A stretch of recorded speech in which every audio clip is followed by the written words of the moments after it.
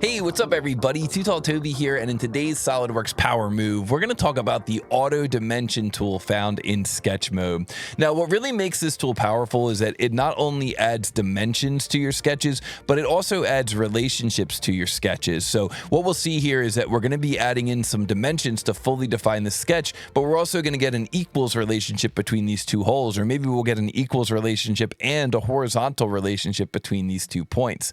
So I'm going to say trim entities and just trim away this extra geometry here, and then I'm going to choose to display delete relations, and I'm going to get rid of all the relationships in this sketch. And now we're going to right mouse button in the background, and we're going to choose fully defined sketch. This is where you go to add in your fully defined sketch dimensions, but also add in your sketch relationships. So I could say fully defined sketch here, and I can say calculate, and you see that SolidWorks went through and it added dimensions to the entire sketch as expected, and it also added in relationships. It added in a horizontal relationship here, and it added an equals relationship between those two circles. So this is a really handy tool. I don't really use it too much when I'm kind of just getting started in sketch mode. It's something that I typically use. Really, one of the most common use cases is when I'm reverse engineering from an imported model. Because you know, when you bring in an imported model, the imported model doesn't have any dimensions. It just kind of comes in as a block of solid geometry.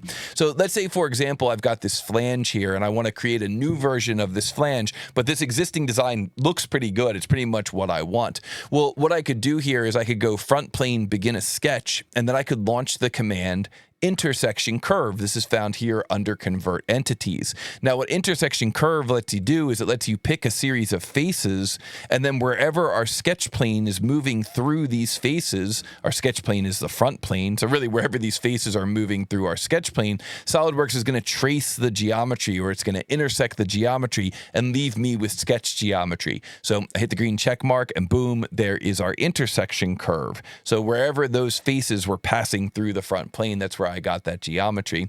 And then I can maybe add in a center line here from the origin just to give me a nice anchor point. And now I can window select this geometry, and I can do a Control C, and then I can go into a brand new part here, and I can do a front plane, begin a sketch, Control V.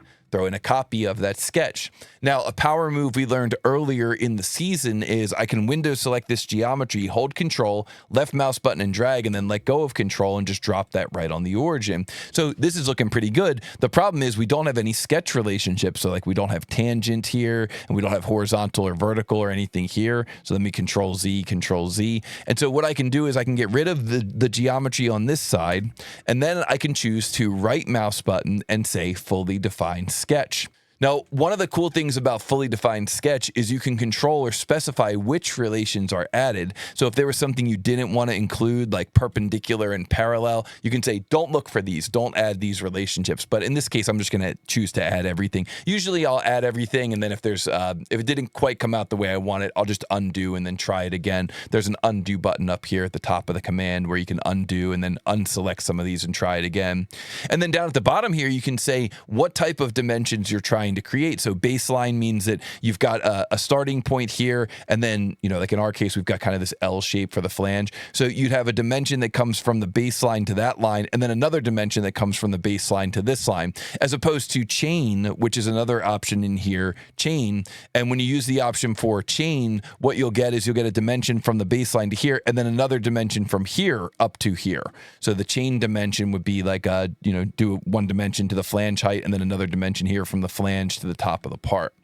You've also got an option in here for center line, which is really cool when you're doing an application like a revolved part like what I'm doing here. So I could say center line, and then I can choose this vertical center line, and then I'm going to get diameter dimensions in the fully defined sketch, which is really cool. And then for my vertical dimensions, I'll just use the baseline option and go from here to here, and then from here up to here. So let's say calculate and see what we end up with. And oh yeah, this looks pretty good. So you can see that we did get our tangency, which is what I was wondering about. We did get that. We did get tangent there. It looks like we got coincident here to the origin, so that's pretty nice. And then we've got our baseline dimensions here also coming from the origin to give us our total height of this thing, our height to the flange, and then our total height here. So this thing's looking pretty good, and I like the way it's giving me a parametric sketch, because now I could go into features revolve, and I can revolve this thing, and then I could just click on this model and choose to make a change. Maybe I want to make the bore a little smaller in this version. So it looks like the bore originally had this diameter down here. Let's see if we bring that from 38 down to like 25, make that bore a little smaller. Maybe I'll make the OD a little bit bigger as well, make that 110. And that is the power of parametric modeling, but it's also the power of using that fully defined sketch command, which can be really handy when you've got a sketch and for some reason you've lost all the relationships. You can just go through and let SolidWorks refine those relationships. If the 2 points are already horizontal, it'll add the horizontal relationship. If the 2 circles are already equal, it'll add the equals relationship.